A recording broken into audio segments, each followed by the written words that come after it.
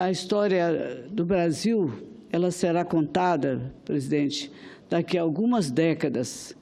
Vai registrar esse intervalo de 4 anos, iniciado em 2015, como período dessas crises que acodem o Brasil quase que cotidianamente. É crise após crise que se sucedem desde as últimas eleições presidenciais. E não quero dizer com nenhum conforto que eleição presidencial possa solucionar todos os problemas do Brasil, porque esse problema de agora é mais uma crise grave, e a crise dos combustíveis que nós estamos assistindo aí no Brasil, provocada pela greve dos caminhoneiros. Portanto, eu não creio que conseguiremos de maneira nenhuma sair da sucessão de agruras que nós estamos vivendo, simplesmente só pelo desfecho das eleições. Embora as causas sejam econômicas, a meu ver, a verdadeira origem do problema é político. E eu acho que é preciso que a gente pense nos comprometimentos que essa nação está tendo, com o anseio da maioria das pessoas que tentam indicar um caminho para a saída dessa crise.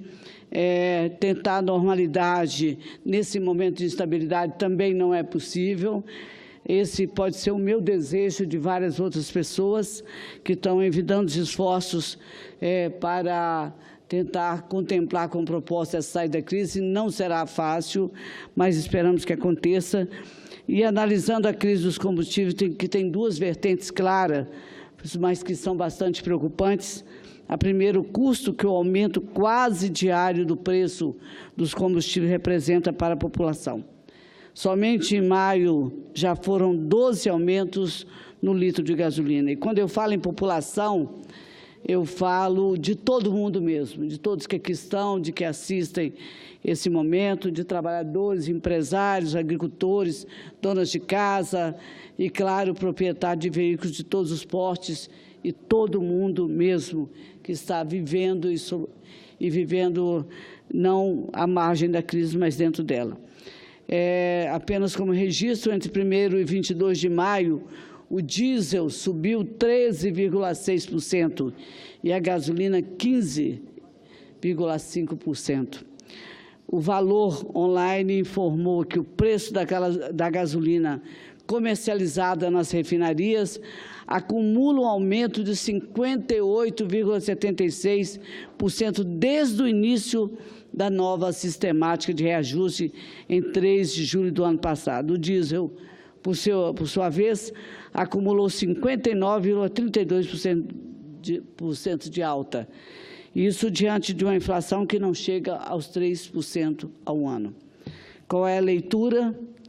A leitura é que há uma distonia completa entre aquilo que deveria ser a política de preço dos combustíveis e o que está acontecendo. E essa é a segunda vertente que eu vou focalizar, que é o dramático desabastecimento como consequência desta greve sobre a qual não queremos expor nenhum julgamento, mas compreender que há exaustão que chegaram no momento esses condutores, esses caminhoneiros.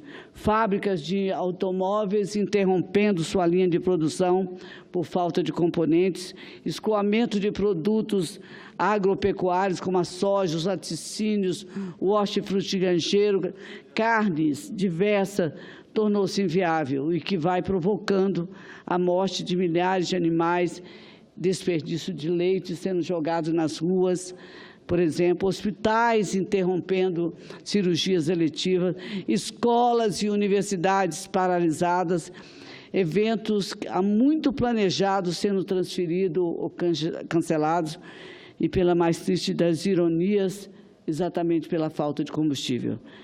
Então, senhoras e senhores, eu gostaria de analisar a consequência, as razões que são elencadas sobre esse descontrole, sobre esse combustível que não para de subir, esses aumentos sucessivos que se deve a vários fatores díspares, como a redução drástica da produção de petróleo, falar sobre todas as outras análises que poderia falar sobre a produção, sobre o preço, a redução da produção dos barris, as sanções do governo norte-americano, tudo isso, mas eu queria dizer que o resultado é que enfrentamos dessa greve, é que enfrentamos um aumento de demanda e uma retração na produção. E, de acordo com observadores do cenário internacional, não há perspectiva de redução desse quadro no curto prazo. Outra variável sobre a qual não temos controle é a cotação do dólar, que tem impacto direto no preço dos combustíveis. Atualmente, diante da política adotada pela Petrobras sob o novo comando, desde que o presidente Michel Temer o nomeou e assumiu a presidência da República, passou um presidente, outro presidente, o preço dos combustíveis acompanha o mercado internacional. E, de acordo com esta política adotada em julho de 2017, o preço nas refinarias sobe ou desce, acompanhando as cotações do dia. Acontece que, ultimamente, o preço sobe mais do que desce. Eis a essência que nós estamos tentando abordar dessa crise atual. O tema é muito mais complexo.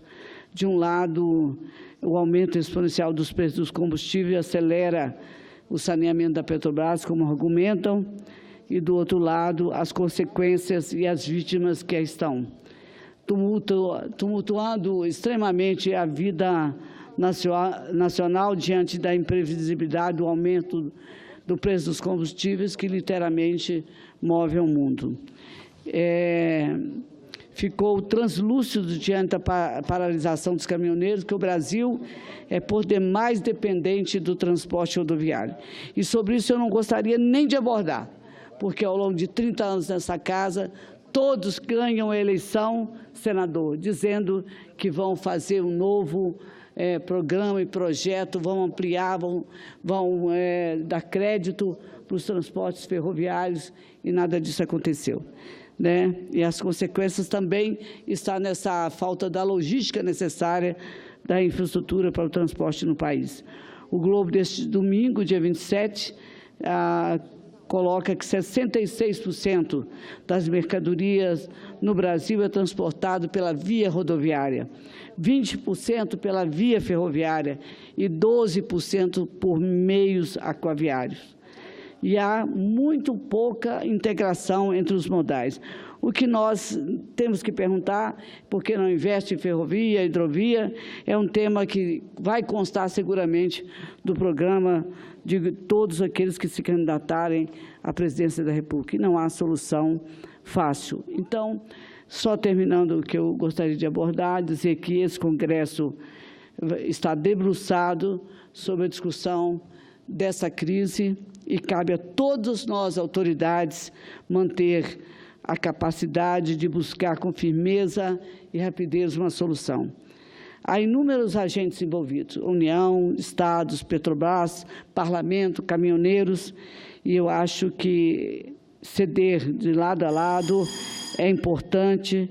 Esse Parlamento tem que dar sua contribuição, está fazendo agora.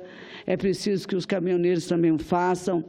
A fragilidade do cenário institucional e provoque uma discussão que colabore com a saída dessa crise.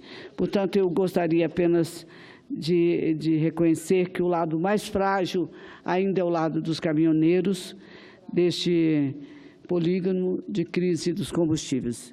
Aqui faço um apelo a que todos nós possamos se debruçar, entender que prejuízos maiores ainda virão, prejuízos de vidas, de abastecimento, as dificuldades que são colocadas na frente dessa nação. Então, membros do Senado Federal que estão trabalhando, dedicados a atender com presteza a parte que nos cabe, exatamente, que é transformar projetos e iniciativas que possam ajudar a sair dessa crise. Nós não devemos, por exemplo, misturar questões eleitorais com esse imbróglio que atinge todos os brasileiros e brasileiras nesse momento. Apelo, então,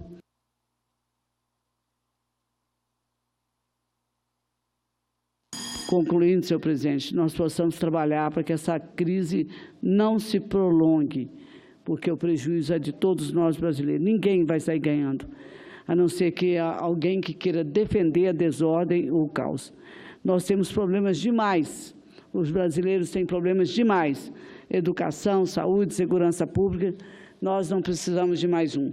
Mas ignorar essa situação de crise não é nem de longe uma saída que possamos fazer. Quando há alguém procurando diálogo e debate, isso tem que acontecer a tempo e a hora para que a situação não exacerbe e chegue à crise que chegou ao Brasil. Muito obrigada, senhor presidente.